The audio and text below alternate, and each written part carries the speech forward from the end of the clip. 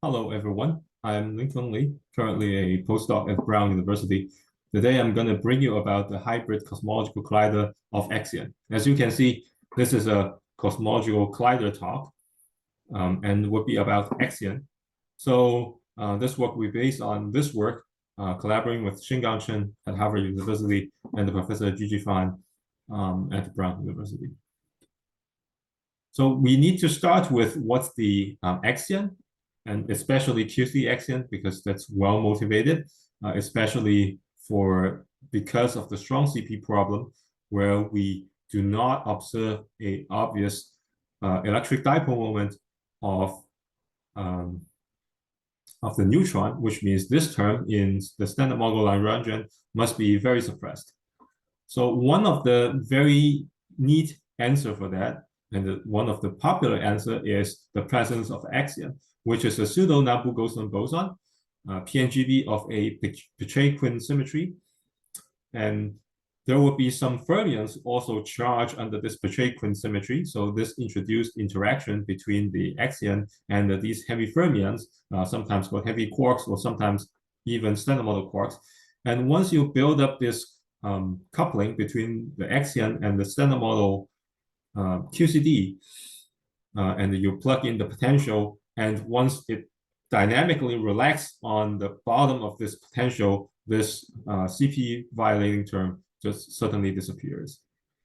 It not only because of it solves a lot of theoretical issues, it's well motivated, it's preferable also because axion, QCD axion, is a good candidate of dark matter. This is because the interaction between the QCD axion and the standard model is suppressed by a very high scale, sometimes called F, the decay constant, or the symmetry breaking scale. So the interaction is very weak. So by definition, it's dark matter, use up most of the matter budget of the universe, and it's intriguingly interesting. And so far, there are a lot of parameter space that yet to be constrained. And often, the QCD axion dark matter is created through the misalignment mechanism after inflation. So during inflation, the FA, which is the symmetry breaking scale of the axion, if it is greater than the Hubble scale of inflation, then you start with the initial phase. That is to say, you are living with a symmetry breaking phase during inflation, and the whole universe, because of the inflation, would start from a very small patch with a uniform phase and expand, become our visible universe nowadays. And you start with uniform A, and after inflation, during inflation, this A field, which is the phase of a complex scalar, is fixed by Hubble friction and it's basically massless. But afterwards, at the late time universe, whereas QCD start to work and it become non-perturbative, it generates a mass and the effective potential for axion. And once the axion mass is comparable or greater than the universe lifetime, like inverse, it starts to oscillate. And this oscillating field around its minima, like say, demanded by the QCD, because it eventually needs to rest at zero, or like say the minimum, so the strong CP problem can be solved, creates this harmonic oscillation, coherent oscillation creates non-relativistic particles as dark matter. And the small quantum fluctuation during the inflation eventually would be converted to isocurvatures, local fluctuations of the dark matter relative density. And this brings a very important and interesting question, is if we have hybrid correlators involving co-dark matter isocurvature modes with other modes, or even between themselves, if there's like non-trivial self-interaction. And we know that must be something because the axion needs self-interaction to like spontaneously broken, let's say. So this is a nutshell view of cosmological collider.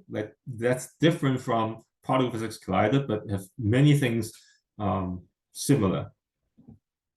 So first of all, you no longer create heavy field, like they just recall how we discover and make Higgs at LHC. So you no longer demand or make a very well-aimed initial state. Instead, you're starting with like chaos, like something like a thermal state, Bunch-Davies vacuum of something massless, very often that's the inflaton itself or the fluctuation.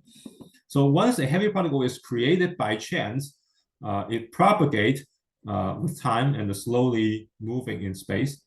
It propagates and eventually decay to many different things depending on the theory. If it decays to something like the axion, then this fluctuation would convert to cold dark matter isocurvature. If it's inflaton, after inflation, it can be converted, after reheating, it could be curvature or something like gravitational waves, depending on, different setup of the theory. These fields at the very beginning would also freely propagate, no matter like the heavy particle is produced or not. They propagate through the surface of reheating and interfere with these modes. So instead of looking at the amplitude, the cosmological-collider signal will actually show you the amplitude instead of its square. And because the time shift invariance is broken by inflation itself, so there would be no invariant mass techniques, like say a resonance bump you would see at collider physics. So how on earth can we pin down the presence of heavy field in new physics? So here's the sketch of a cosmological collider. So since we're looking for non-Gaussianity or three-point correlators, we start with like such a paradigm where you produce a heavy particle that's slowly moving, and because this is a heavy field compared to the Hubble, and it decays, and the momentum right here schematically is larger. So you have a squeeze triangle or like a large ratio, and this ratio, because you can choose what to observe, is tunable. And because you have this so-called resonance production and the resonance decay relation, and once you plug in the time difference between the production and the decay, you will find it's basically related to the ratio between the decay, the long edge and the short edge, how squeezed this triangle is. And once the heavy particle is produced, its quantum local oscillation looks like this, is schematically. And once you plug in the time difference and the frequency, you will find out, the final amplitude will actually pick up a phase, and because it's interfering with something like a constant, so we can see this phase, and the mass would show up as an oscillatory part. In another sense, if you plug plot the three-point correlators on the axis of this ratio, you will find oscillations, and that's a unique sign of heavy field. In this work, we actually discuss two different scenarios that could, using different mechanisms to enhance the production of the heavy field, because very often it is suppressed by the Boltzmann law. So you cannot probe very high mass compared to the Hubble scale. But in many cases, it is possible. So the first case, or the scenario one, we ask for a classical feature to do so. So this is the Lagrangian.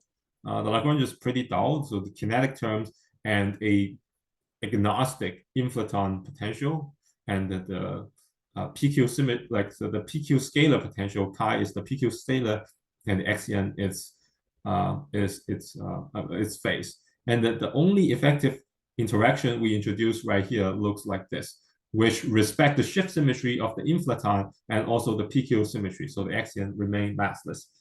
We also add a toy feature right here to partially break the potential or the scale invariance of the inflaton potential. So it looks like a step. Once the inflaton pass through this step, it start to accelerate. And then once it accelerates through this interaction, will also excite heavy modes. And the heavy modes right here is not introduced by hand. It naturally lives in this theory, which is the rho, or the radial mode of the axion, as we can see before, basically the radial oscillation right here. And we excite rho as a classical field, and as we have mentioned, the classical field is creating non-relativistic particles, and these particles eventually decay, so into a pair of inflaton through these terms, or a pair of axions through these terms in the perturbative expansion. So instead of, or even before we're looking at 3-point correlators, we will see like fluctuations in the 2-point correlators because we break the scale invariance by this step. So in some sense, it looked like this. It sounds like, or it's not very exact, but I would call it a music of dark matter, because in music, you would have like first harmonic and second harmonic also, and right here it's about the same. And the feature right here plays the role of like a reed, some small scale obstacle, like when you blow through a pipe and they create a loud noise. And the mass of the heavy field actually show up in this term. And once you like observe these fluctuations, you would know a non-trivial ratio right here. And this is the non-Gaussianity we observe in the 3-point limit. So in the 3-point, we actually have these diagrams where the quantum fluctuation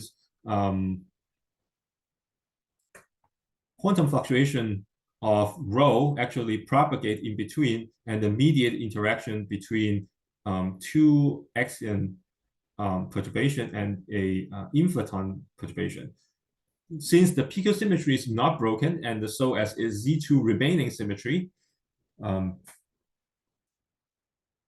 therefore the axion must show up in pairs, and you can only inject classical features through these 2-point mixing vertices or these 3-point interaction vertices. This is the non-Gaussianity written as its dimensionless form, and you can see a sizable. Okay, they are sizable, but the observability, of course, depending on like other parameters, especially the beta, which is the isocurvature power spectrum intensity. In this plot, you can see the numerical result right here matches with analytical result. This is a huge simplification, but it predicts the frequency of these oscillating features so as the rough average amplitude. So it is acceptable, I think. And we move on to the second scenario, which is the chemical potential, or we use the chemical potential to enhance the particle production. So in this case, we still have a similar Lagrangian. So all these are self-interacting terms, or like say just kinetic terms. The non-trivial interaction dwells right here, where we couple the inflaton with the JPQ, which is the Noether current of the PQ symmetry itself as a global symmetry. After we work on kinetically, like canonically normalized terms, we find there would be kinetic mixing between the massless axion and the still massive inflaton. So A tilde, which eventually will convert to isocurvature later, will pick up a small component of phi. And according to the equation, classical equation of motion, it would be standstill. So to make the like time derivative of this field to be 0, the A must roll in a different way, or like say just related by this small constant right here by the theory. So it starts rolling together with the inflaton. And this creates a very interesting phenomenon, because we know at the very beginning there would be fermion in this theory. As I've mentioned, like it needs to couple to fermions to pick up the interaction between the QCD. So in a KSVZ type of theory, the axion will couple to vector-like quarks like this. And this J mu phi, the axial vector current, is non-conserved. So a rolling field either dwells right here or right here would causes the field to like different chirality to have different chemical potential. And sometimes this chemical potential could be very large because the inflaton field is rolling pretty fast, even suppressed by like a combination of other constants. It could be still sufficiently larger than the mass itself. And once the chemical potential is larger than the mass, the particle production will actually enhance by the chemical potential, and the mass is no longer relevant right here. It's a minor suppression instead of a Boltzmann-like suppression. And with enhancement of chemical potential, you can start creating or pair producing fermions, and later on they annihilate, finish the loop. And on each vertex, you attach right here a linear combination of isocurvature and the curvature right here. So you excite the 3-point correlators, all kinds, starting from fully curvature to fully isocurvature. And here is the numerical benchmarks we see right here. It could be of order 0.1 or even larger, depending on which benchmark you choose. So here I briefly summarize the inflaton-PQ interaction could lead to very big differences. In another work that's in 2002 with our student Yunjia Bao, which currently at the U Chicago right now, we figure out how to restore the PQ symmetry using the inflaton-PQ interaction and greatly enhance the parameter space and produce topological defects. There will be rich cosmological signals either in curvature and, more importantly or interestingly, isocurvature modes. They have pure isocurvature correlations or hybrid correlations. I also forget to mention previously, this also applies to Axion-like particles, which means the mass is no longer determined by the QCD, so you have one free extra parameter, a lot of interesting game you can play. Finally, the theory reveals or give you the hope to reveal the PQ radial mode directly, which is rather rare in other circumstances, and the inflationary scale. If you can measure, for example, the FA separately, and the radial mode should be similar to the a symmetry breaking scale, and this gives you a chance to pin down the inflationary scale.